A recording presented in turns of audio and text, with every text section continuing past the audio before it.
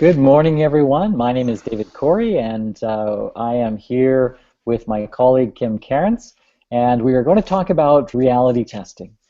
This is the 11th in our 15-part series, looking at each of the EQ competencies of the MHS, Multi-Health Systems Model of EQ, originally created by Dr. Ruben Baron throughout the 80s and 90s.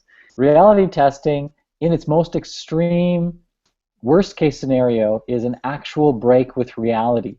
And we refer to that in terms of medical pathology as psychosis.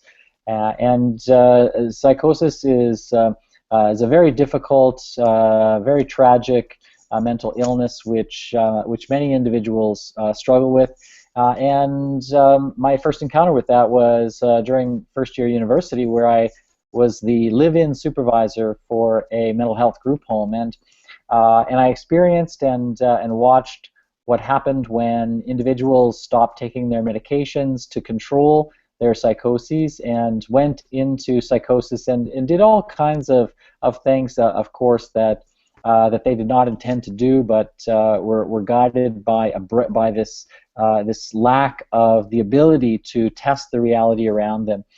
And of course, when we're looking at reality testing through an EQ lens, we're looking at the skills and the abilities that people can develop in order to be better at testing the reality that they're experiencing on a day-to-day basis. And we don't want to be one of those people that need a reality check. At this point, I'm going to throw it over to Kim for a few preliminary thoughts on reality testing, and then we'll talk a little bit about what are some of the issues around reality testing, and then some of the things that you can do to improve your reality testing and help the people that you work with to improve their reality testing. So good morning, Kim, and welcome. Good morning, Dave. Hello, everyone. Well, some of my initial thoughts are, as humans, we are constantly assessing what's going on internally for us and what's going on around us. And we have this real drive to make sense of what's happening. We run into difficulty when we start to make judgments based on little information. So there are many situations we end up in where we have to react quickly. But the majority of the situations in our life during the day are interactions with people where we can take a bit more time to really assess what's going on. And so one of the key points here is remaining objective. I'm formulating thoughts as I'm receiving information, and it's really important that I manage those thoughts. I'm taking in the information and seeing how that's feeling for me.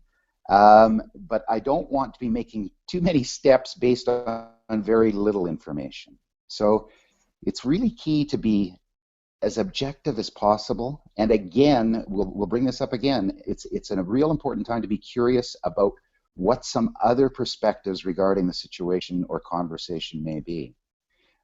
So that means I need to get curious and ask some questions, so that I'm seeking to gain a wider body of knowledge before I make any decisions about what I'm going to do in a given conversation or situation.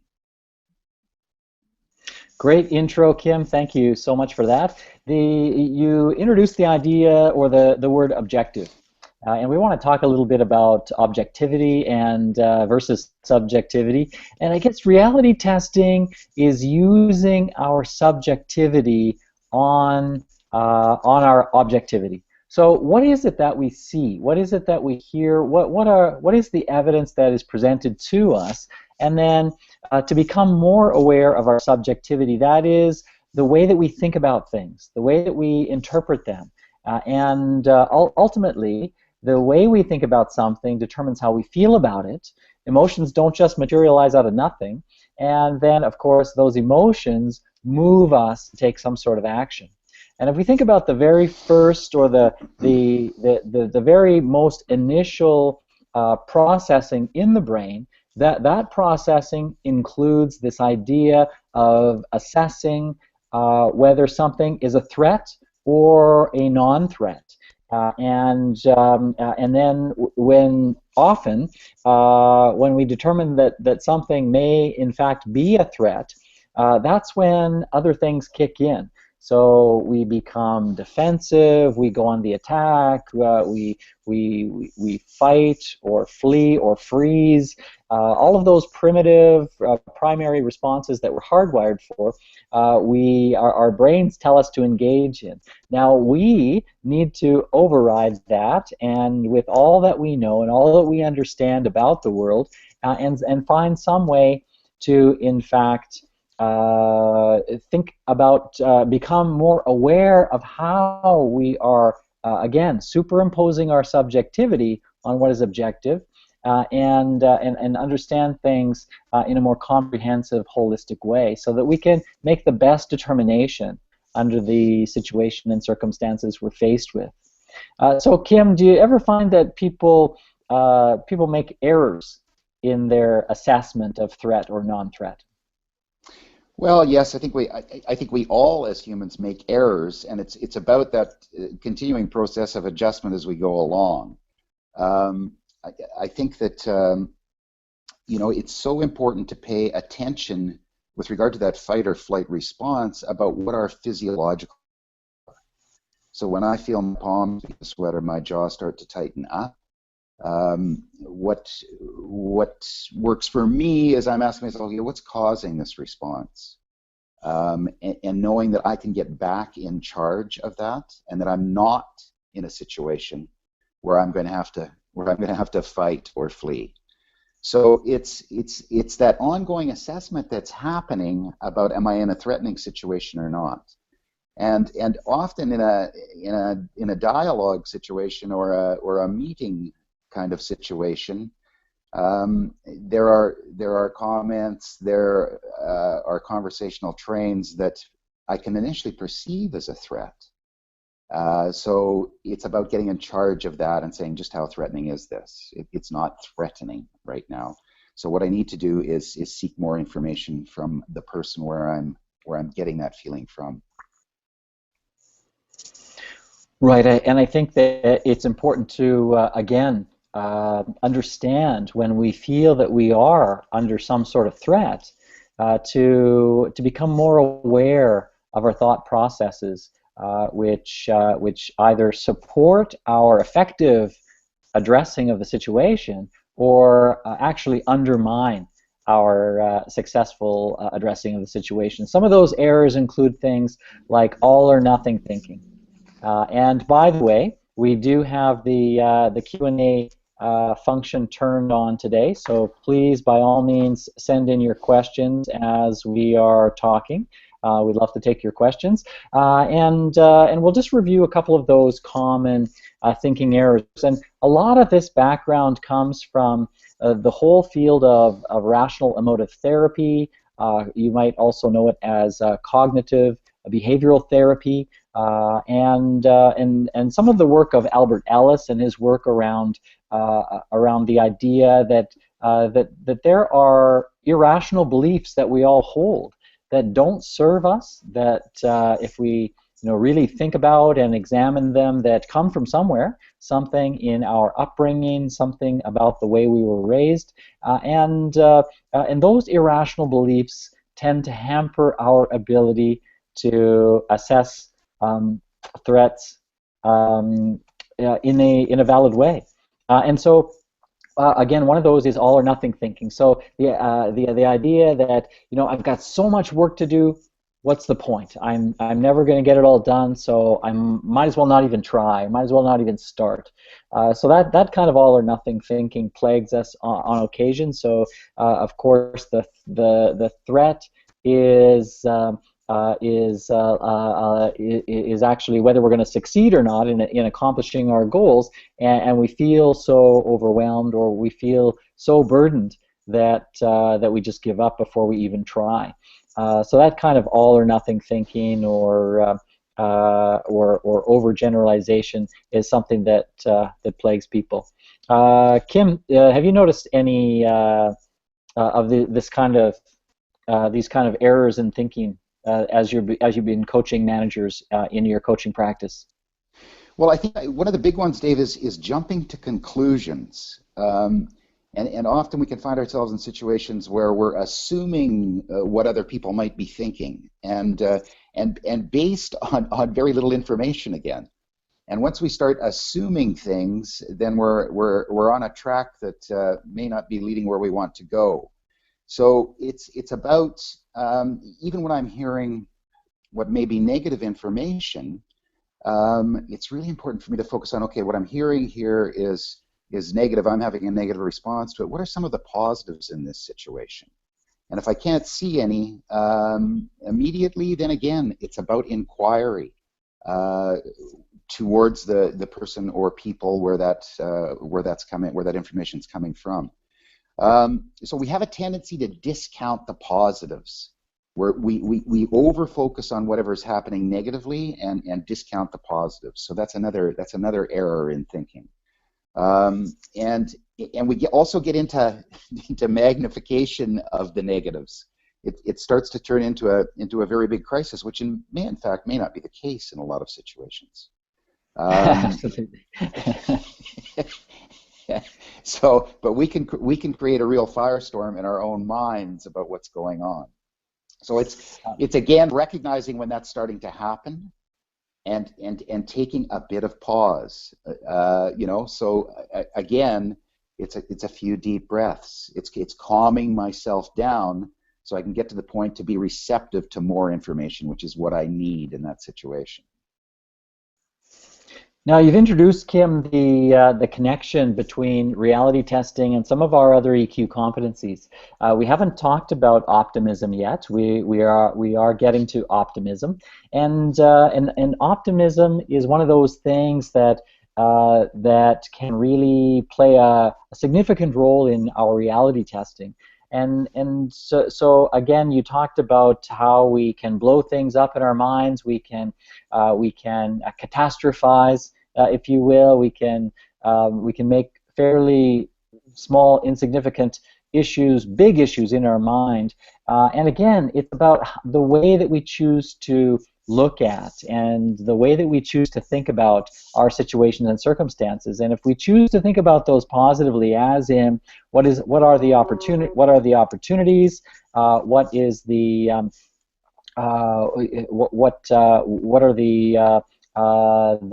the lessons, what are the positive value that is found within this particular set of circumstances, that's a much better way than thinking about how bad things are and focusing on that.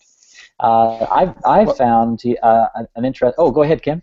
Well, one thing I'm just thinking here, Dave, is one of the things that we admire about people that are always dealing with stressful and even dangerous kind of situations, and I'll just use the notion of firefighters.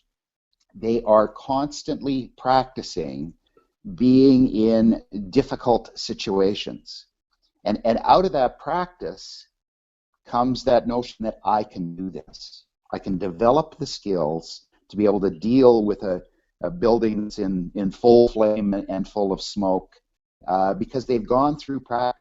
So I think we can take that to situations and say, I can say to myself, I need to practice some different ways of responding in these situations, because the way I'm responding now is not actually yielding what I want to see out of the situation or what anybody else wants to see out of the situation.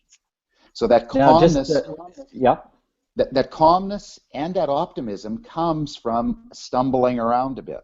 So again, these are new behaviors that we're going to try, and we're going to have to stumble a bit in that to gain those new skills. So it's about continually kind of testing out new, and from that we cultivate a sense of optimism. Just saying I can do this, well, that's self-regard. That's about the way we perceive ourselves as competent to be able to deal with and handle situations or not. And so there are several of our competencies that come into play here. Another one is impulse control. Just to control the impulse to have a hasty reaction to a situation, to again, to get defensive, to to be resistant to and not open to new ideas, etc. So we're talking about being flexible as well, being able to bend and adapt with various situations and circumstances that you find yourself in, all of which is part of testing the reality that you perceive to be true. So our perceptions are our reality, and then it's about testing that. So that's the important competency here in reality testing, is to make sure that we are continually testing the reality that we perceive to be true. How do you do that? Well, Kim brought out one of the very first steps in testing our reality, and that's being as objective as you can. What is the objective evidence? What are the facts? What is the hard data available tell you? And step two is about using that impulse control to think before reacting. What's another part here, Kim, that we can use to test our reality? Well, I think it's about analyzing my own thoughts. Am I jumping to conclusions here? It's about asking myself questions as I'm in the situation, because that's that internal reality testing that's going on. And if I am jumping to conclusions, what do I need to do about that? Because those conclusions, again, are based on not enough information. We also have this strong desire to be right as humans. We want to be right, and that can often override our reality testing. So it's just being aware of that we all as humans have that tendency to want to be right. So how do I override that? It's great if I am right in a situation, but probably right is going to be a blend of what other people are perceiving in that situation in combination with mine. So in reality, I need to be testing out what their perspectives are. Right. Here's a question that just came in, and the question is there a common reality testing error that senior executives make? And it's a great question, and actually there is one that comes to mind, and it has to do with a common thinking error, which is everyone is like me.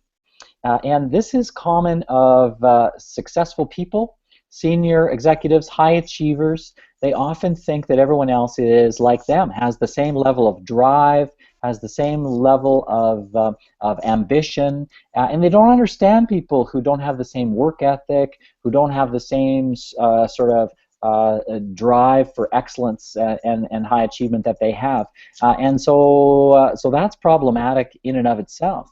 And what we encourage people to do is we encourage people to use another critical step in testing reality, and that is seeking other perspectives. That your perspective is just one perspective among many, and again, to test your perspective would be to invite the perspectives of others. So asking people for their perspective. This is the way I see it. How do you see it? I'm really curious to know, what your take is on this situation. And again, this is part of what we do at the Emotional Intelligence Training Company.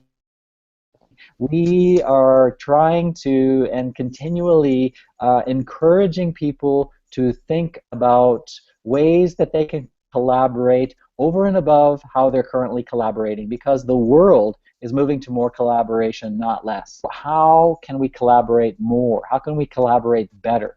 How can we invite other perspectives? Another great tip is to be intentional about this. So being intentional about testing reality is another really important point. Kim, are there other sort of thinking errors that come to mind that you have encountered through your coaching of managers, or that you have encountered maybe in your career as a manager?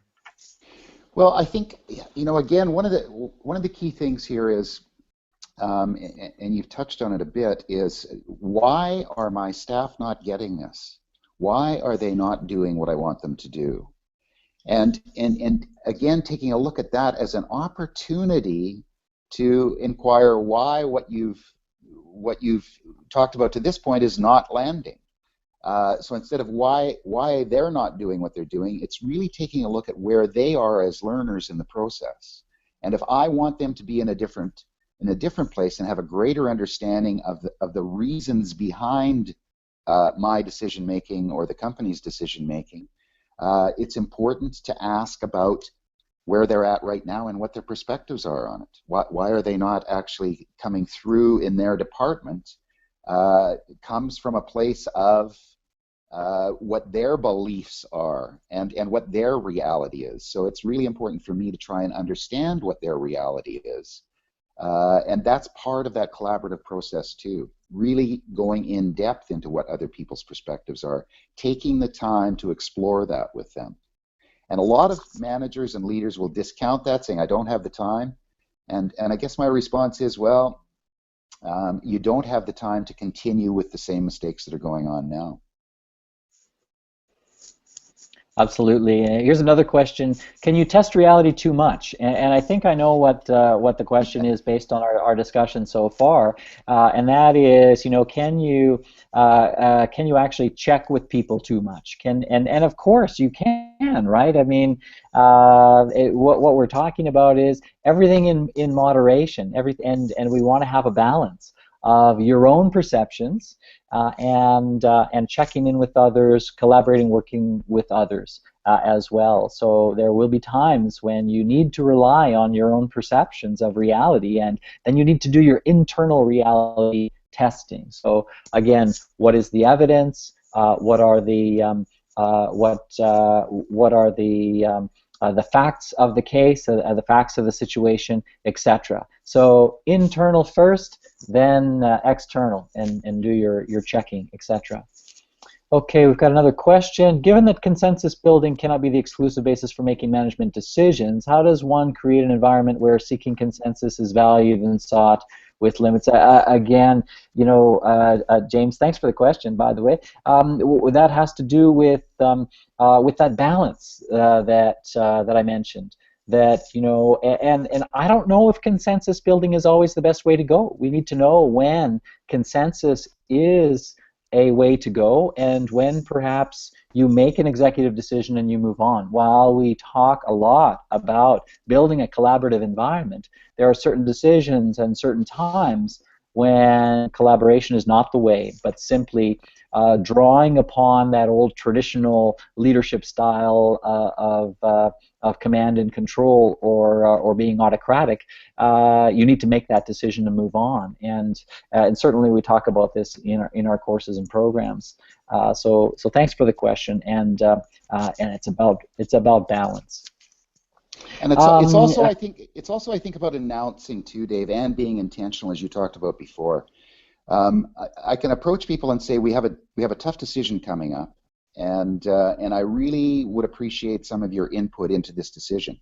I also want you to know that actually the final responsibility is going to rest with me. So the decision that ends up getting made may not be in alignment with what you're thinking in this situation. If that's the case, let's continue the dialogue about that. So it's being open about the fact that you're wanting inclusion not just as a rubber stamping kind of process. You're really interested in their information, and the decision may not go their way. Absolutely, absolutely. So just we got a few minutes left. So just a quick recap: that reality testing is something that we do with intention. It is something that we do with the purposive goal of determining how much our perceived reality is shared by others, and whether we're moving in the right direction, whether we're on the same page, whether our perceptions are as accurate and valid valid as they can be. We don't want to get into a philosophical discussion of whether there is one common reality here. That's not our intention. We'll leave that for the philosophers. However, what we do want to say is that your perception is likely your reality.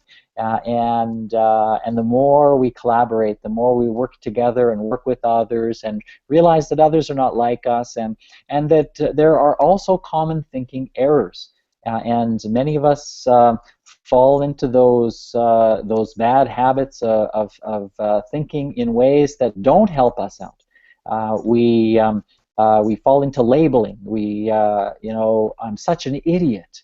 Why did I do that? Or we fall into blaming others, or we fall into comparisons, like, I'll never be as good as that person down the street, or whatever, and it really limits our ability to be as effective as we actually can be when we're thinking along the lines of reality, and we are continually and constantly testing our reality to ensure that we're on the right track.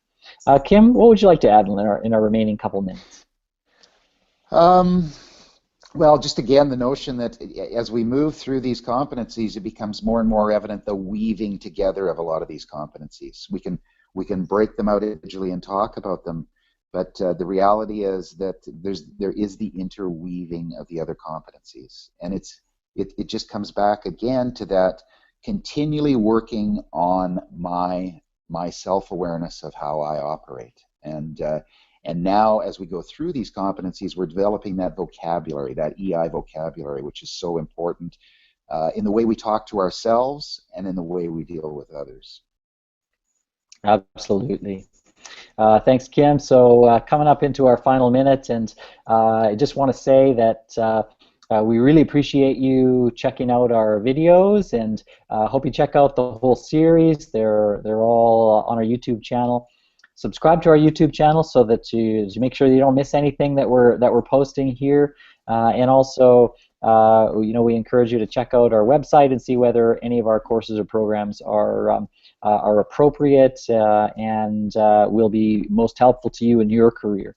So thanks again for joining us. My name is David Corey once again, and my colleague and good friend Kim Cairns has joined us as well for this half-hour talk about reality testing. And so from the Emotional Intelligence Training Company, we just bid you all a wonderful day and a wonderful weekend. Kim, you want to say goodbye? Goodbye, folks. Thanks for joining us today. Look forward to having you join us in the future. All right. We'll see you next time, everyone. Thanks for joining us, and bye for now.